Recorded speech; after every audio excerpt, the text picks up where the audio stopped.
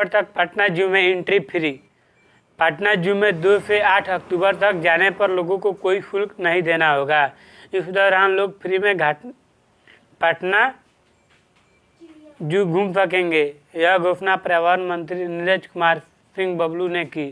शनिवार को पटना जू में वन्य प्राणी सप्ताह का आगाज अमृत महोत्सव दौड़ के साथ किया गया। मंत्री नीरज कुमार सिंह बबलू ने हरी झंडी दिखाकर अमृत महोत्सव दौड़ को रवाना किया। इस दौड़ में किलकारी 360 डिग्री संस्था और शहर के विभिन्न स्कूलों के 250 बच्चों ने भाग लिया।